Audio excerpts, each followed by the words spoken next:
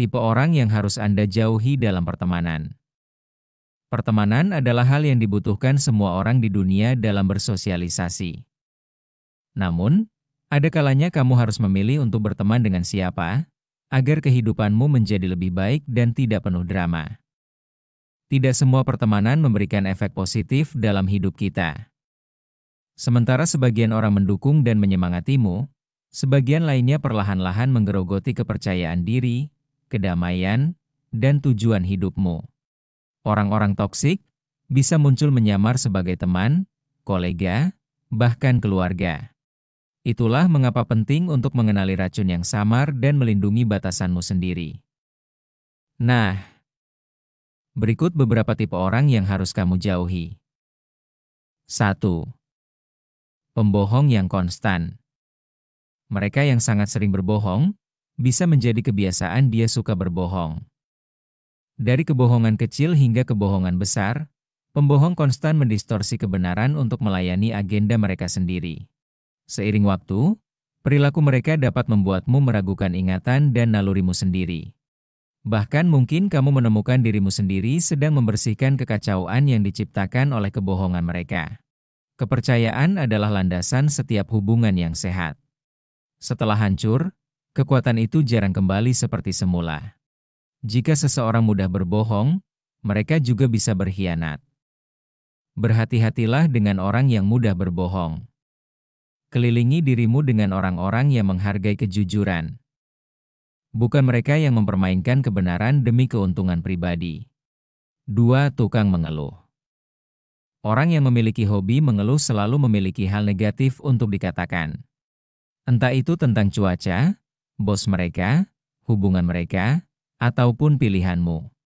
Pengeluh kronis menguras energi dari setiap tempat yang mereka tempati. Negativitas mereka yang terus-menerus menjadi kebisingan latar belakang yang menggerogoti optimisme dan motivasimu. Meskipun sesekali melampiaskan kekesalan adalah hal yang wajar, mengeluh tanpa tindakan atau solusi lama-kelamaan akan menjadi racun. 3. Teman yang iri. Teman yang selalu iri denganmu, mereka selalu tersenyum pada wajahmu, tetapi mengerutkan kening pada keberhasilanmu. Teman yang pencemburu tidak ingin kamu gagal total, mereka hanya ingin kamu melakukan sedikit lebih buruk dari mereka. Mereka menawarkan dukungan saat keadaan buruk, tetapi menghilang atau terdiam saat kamu bersinar. Pujian mereka terasa berat, dan kehadiran mereka terasa kompetitif. Kamu akan melihat sindiran halus dan dorongan sarkastik dari waktu ke waktu. Teman-teman ini tidak hanya merasa tidak aman, mereka juga tidak aman secara emosional. Sahabat sejati akan mengangkat dan merayakan apa yang kamu capai dengan sepenuh hati. Jika seseorang membenci pertumbuhan atau kesuksesanmu, itu bukanlah persahabatan. Itu adalah persaingan diam-diam yang disamarkan sebagai kesetiaan. 4. Narsistik. Pernah punya teman yang selalu ingin jadi pusat perhatian?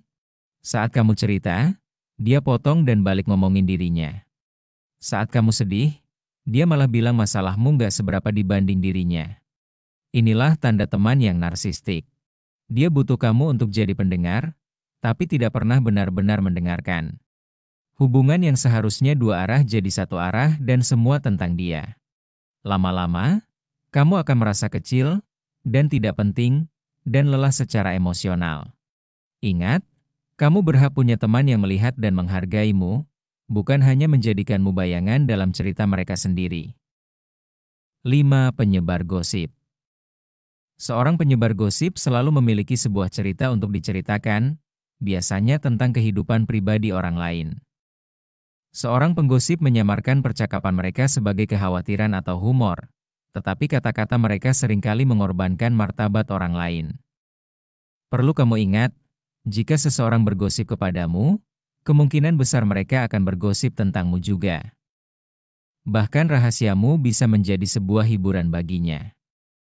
Gosip dapat merusak kepercayaan, menghancurkan reputasi, dan merusak hubungan hingga tak dapat diperbaiki. Hindari orang-orang yang senang dengan kemalangan orang lain. Pilih hubungan yang dibangun atas rasa hormat, empati, dan keamanan emosional. Bukan drama dan kepercayaan diri yang rusak.